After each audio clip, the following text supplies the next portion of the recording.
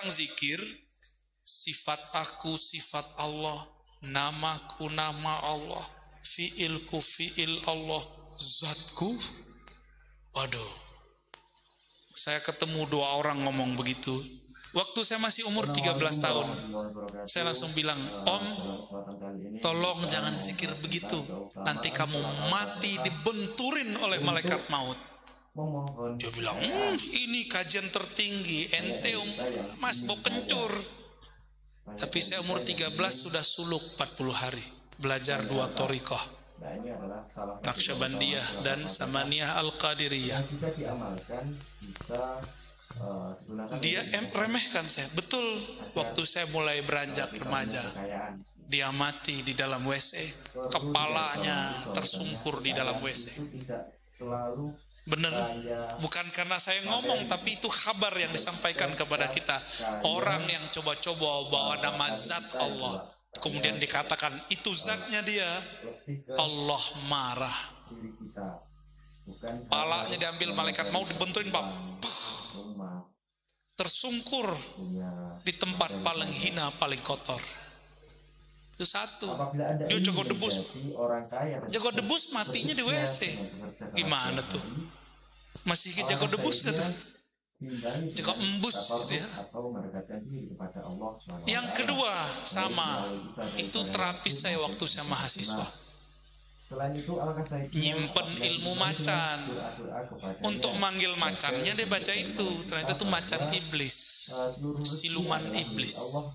Saya bilang, saya panggil Bang, Bang, tolong saya cinta sama Abang, jangan dipakai lagi Bang. Saya khawatir Abang direnggut dalam sesaat oleh malaikat maut tanpa diberikan waktu untuk bernafas. Ini kajian tertinggi. Dia ngomong gitu juga. Kamu kan sekolah doang, ngerti apa kamu?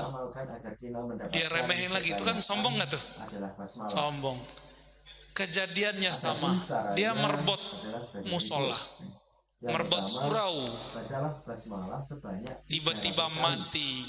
Malam hari apa sore saya lupa. Kepalanya dibenturin malaikat ke tempat buang air kecil di WC surau. 2 orang udah. Ada yang mau coba lagi? Ada yang mau coba lagi? Tolong hentikan zikir-zikir setan itu ya. Itu zikir iblis ya. Thariqat Azaziliyah. Namanya keren ya. Thariqat apa? Azaziliyah. Siapa tuh Azazil? Iblis. Azazil sudah puluhan ribu tahun ibadah di surga, tapi dia tidak sama sekali bisa tembus melihat arasy Allah.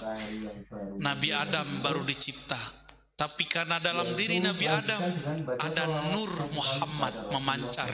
Dengan pancaran itu dia bisa memandang ke arasy Allah. Jadi lebih sakti mana Nabi Adam atau Azazil iblis? Iblis ribuan tahun zikir, mimpin surga. Surga itu kayak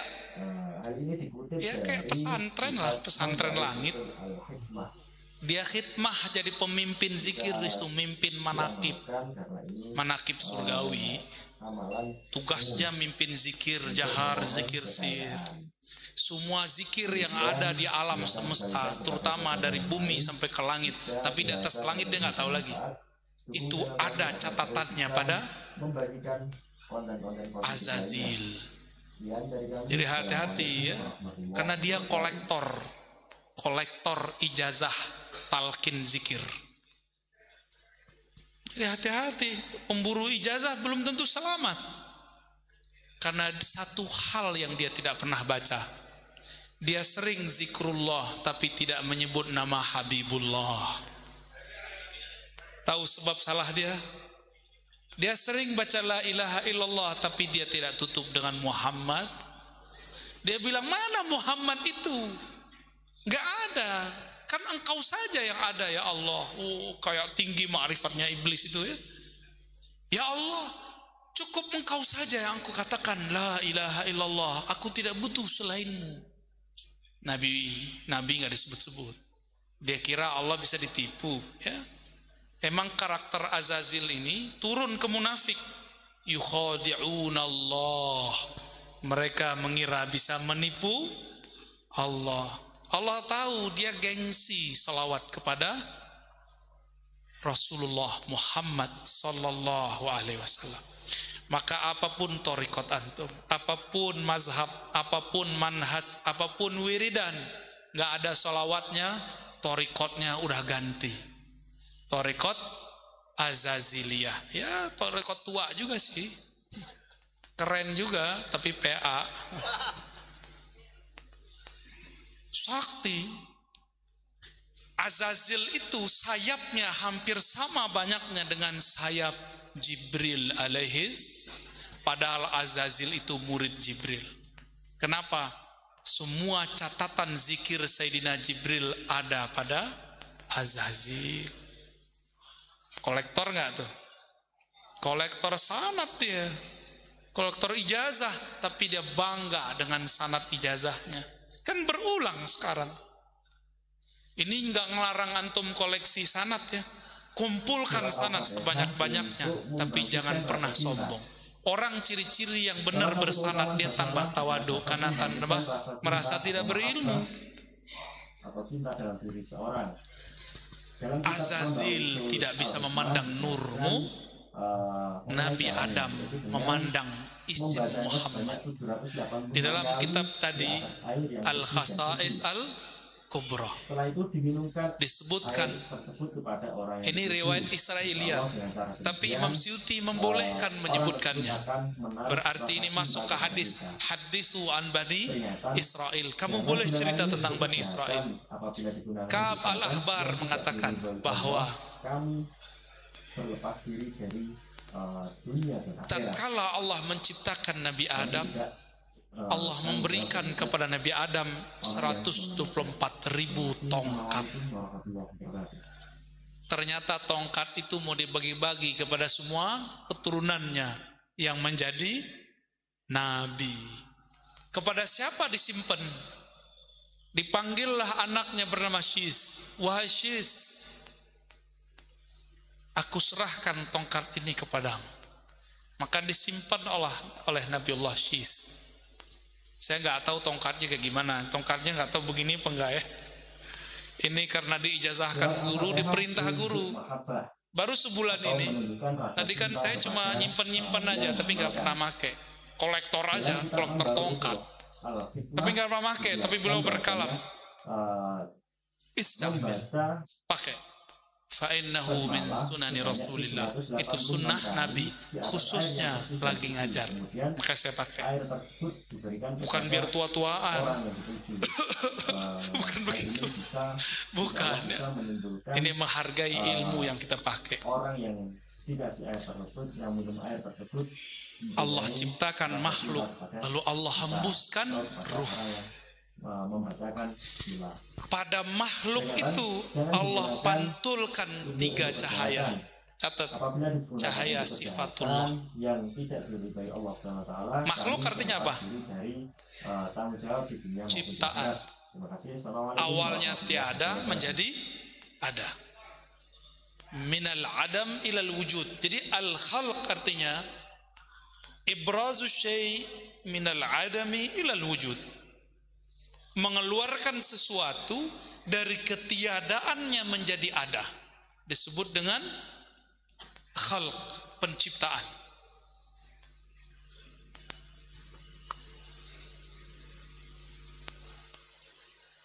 Setelah Allah pancarkan sifatnya, maka tampaklah namanya. Sifat rahmah memancarkan beberapa nama, Rahman, Rahim. Benar? Satu akar kata enggak? Rahmah. Benar? Rahmah. Apa arti rahmah? Kasih sayang. Rahman kasih, Rahim sayang. Udah gitu. Itu gampangnya ya.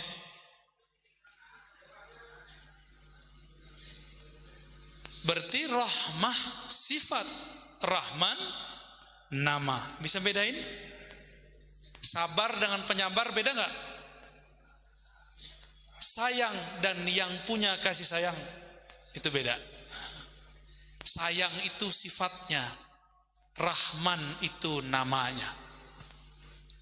Berarti udah dua.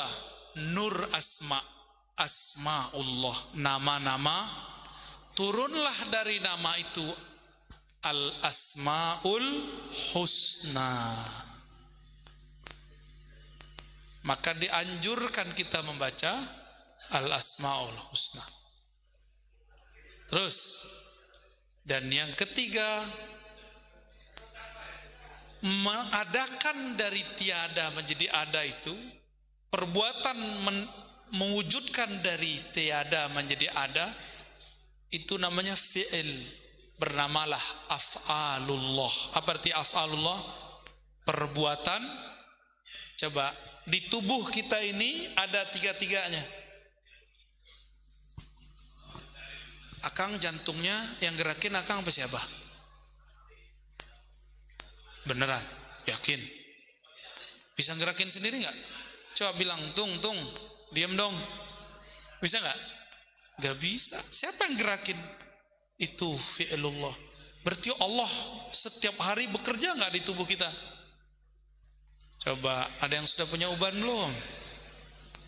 Antum belum punya uban ya? Udah punya uban nih kayaknya nih ya. Udah. Coba, bisa nggak nahan ubannya? Nggak bisa. Berarti yang nguasain satu helai rambut Bapak atau Allah? Dipanggil Bapak marah dia nanti. Karena udah ada uban saya nggak bagi Bapak.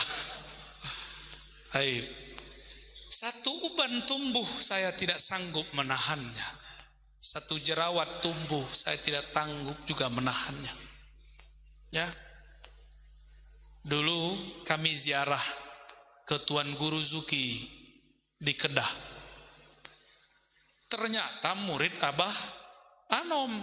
Ya jauh-jauh ke Malaysia ketemunya murid Abah Anom. Saya mikir-mikir, ya Allah, orang jauh dari Malaysia berguru ke Tasik. Masa saya nggak berguru ke Tasik? Ya, katanya di sini ada keturunan-keturunan di Garut pada di Tasik. Said Ahmad Zaini Dahlan. Bener ada ya? Di Tasik apa di Garut? Tasik. Katanya masih ada ya? Ya, semoga keturunan-keturunan beliau diberkahi Allah. Amin. Amin. Saya berangkat cuakep. Nah, bahasa Jawanya. Gua anteng. Kasep. Begini. Sorry. Kasep ya. Apalagi? Udah, gelis. Berangkatnya keren. Pulang-pulang Allah kasih pelajaran. Karena berangkat merasa keren, pulang-pulang kere, dikasih sama Allah ini. Jadi ini ingin mengingatkan saya kepada Tuan Guru Zuki. Ini bekas dari saya kena cacar. Kena cacarnya di Malaysia. Orang berlibur, kita masuk ke Thailand, saya kepanasan, kedinginan. Orang asik-asikan ketawa-ketawa, saya menangis dalam batin ya. Alhamdulillah dikasih cash langsung. Berangkat merasa keren, pulangnya N-nya hilang.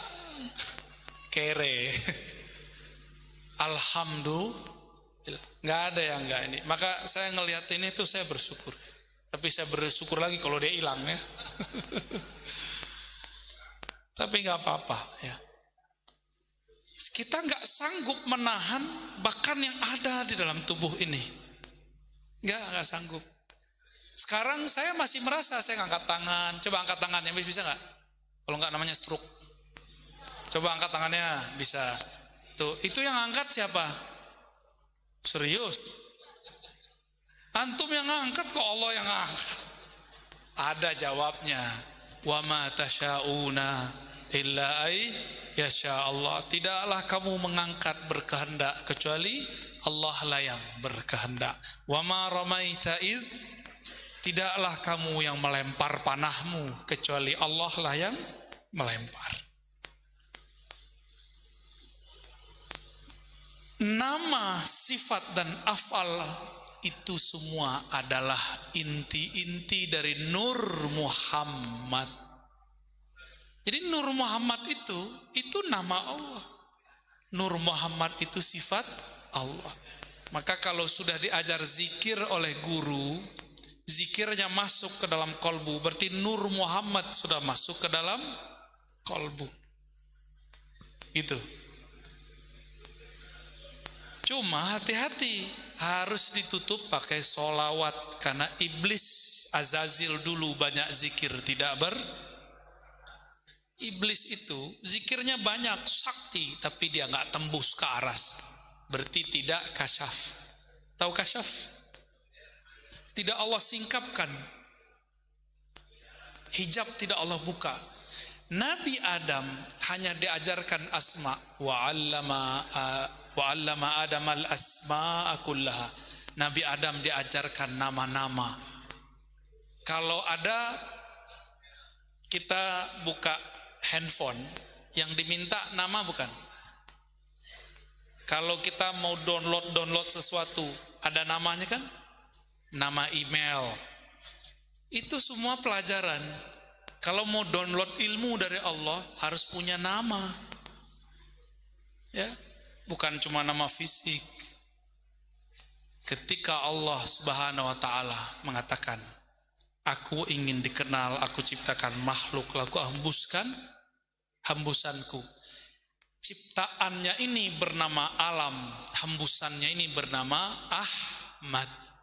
Paham? Ahmad ini dipandang oleh Allah Subhanahu wa taala.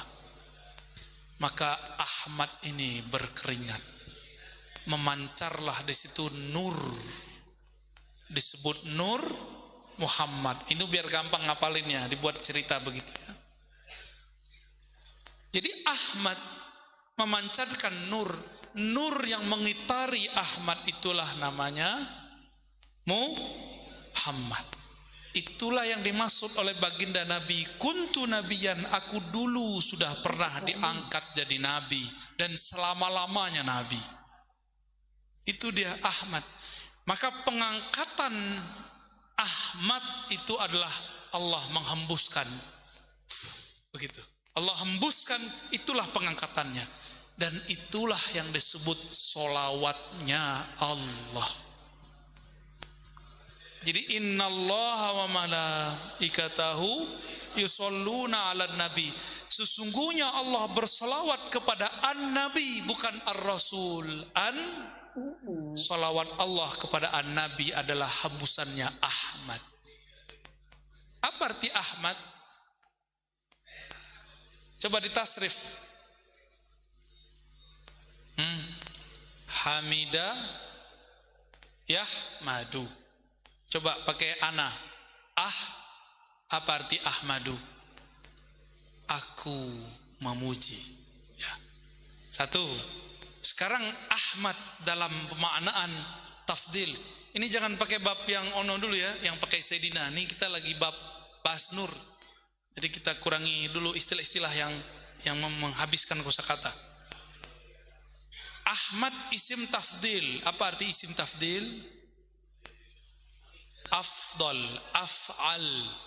Ahmad, apa artinya? Yang terpuji. Tapi saya mengartikannya kepada yang pertama, Ahmad, aku memuji diriku yang terpuji. Itulah kata Allah, itulah namanya Ahmad. Jadi ketika Allah menghembuskan, apa isi hembusannya? Aku memuji diriku yang terpuji. Kira-kira begitu ya. Siapakah diriku yang terpuji? Dizahirkan oleh Allah, namanya Muhammad. Paham? Jadi nama Muhammad itu enggak asal-asal buat. Oleh karena itu ketika Sayyidatuna Aminah, beliau hamil, didatangi oleh Jibril alaihissalam. Apa kata Jibril? Wahai Aminah, engkau akan melahirkan Sayyidul Alamin. Engkau akan melahirkan penghulu alam semesta. Fasammihi Muhammadan. Namakanlah dia Muhammad. Tapi kenapa Nabi Isa menyebutnya Ahmad? Karena Nabi Isa itu bukan manusia biasa. Dia separuh fisik, separuh ruh. Bernama beliau Ruhullah. Ruhullah, hembusan Allah. Hembusan dia dari mana? Hembusan dia itu adalah sebagian yang ada dalam hembusan Ahmad. Berat gak kajian begini? Tapi kan request. Tapi bisa mengerti ya? Luar biasa orang Tasik. Allahumma sholli ala Muhammad. Jika Nur Muhammad itu isinya apa? Nama, sifat, af'al. Lalu Ahmad itu adalah pantulan daripada zat Allah. Bukan zat Allah, tapi pantulan. Dalam bahasa Arabnya tajalli. Saya terjemahkan dengan pantulan. Jika ingin mengenal Allah, inilah 4 caranya. Ini 4 pintunya. Ada yang mengenal Allah lewat af'alnya, perbuatan, zikirnya la ilaha illallah. Ada yang kenal Allah lewat namanya, belajar al-asmaul.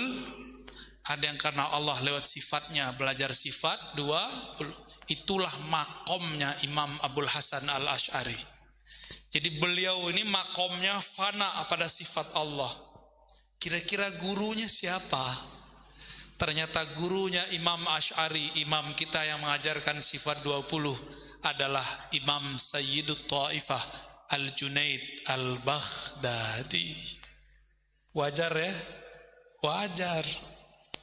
Maka tolong para kiai, para ajengan, para ustadz, para santri, hidupkan kembali kajian Al-Asma'ul Husna dan sifat 2. Jangan sayapnya kurang. Jadi satu sayapnya sifat 20, sayap keduanya Al-Asma'ul. Pakai kitab Imam Abu Hamid Al-Ghazali, judulnya Al-Maqsad Al-Asna fi syarhil asma'il husna. Tuh.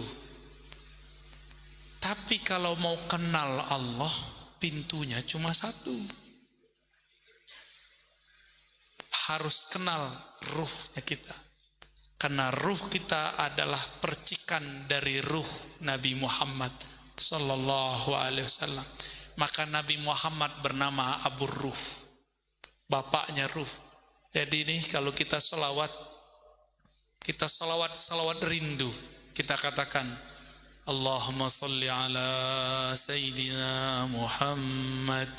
Ya Allah, sampaikan salam rindu kami kepada Nabi Muhammad. Salam kolbu kami kepada Nabi Muhammad.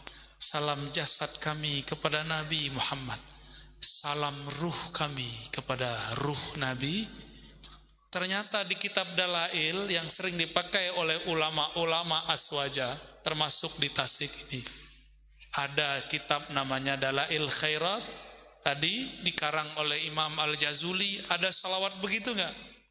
Allahumma salli ala jasadi Muhammadin fil ajsad wa salli ala ruhi Muhammadin fil arwah wa salli ala qabri Muhammadin fil qubur. Benar, ada. Kalau salah tolong dibenerin ya. Pada ngerti ya? Ijazahnya diambil dari kiai. Cuma kalau dari kiai mungkin berat, puasa dulu 7 hari. Kita beruntung ketemu dulu ulama-ulama yang dari sono, ijazahnya tanpa puasa. Cuma kalau nggak pakai puasa, nggak istiqomah. Yang dapatnya pakai puasa, biasanya sampai sekarang nggak ditinggal. Benar nggak? Ya. Tapi bagian terakhir yang mau saya sampaikan. Kajian Nur Muhammad bukanlah kajian bid'ah. Karena Nur Muhammad adalah ungkapan yang dimunculkan oleh ibunda Nabi Muhammad sallallahu alaihi wasallam, dan Nabi sendiri yang mengabarkan. Apa kata Nabi? Ini hadis, ibundaku Aminah berkata, wahai Ananda Muhammad, ketika aku melahirkanmu, ra'aitu nura, aku melihat cahaya menyebar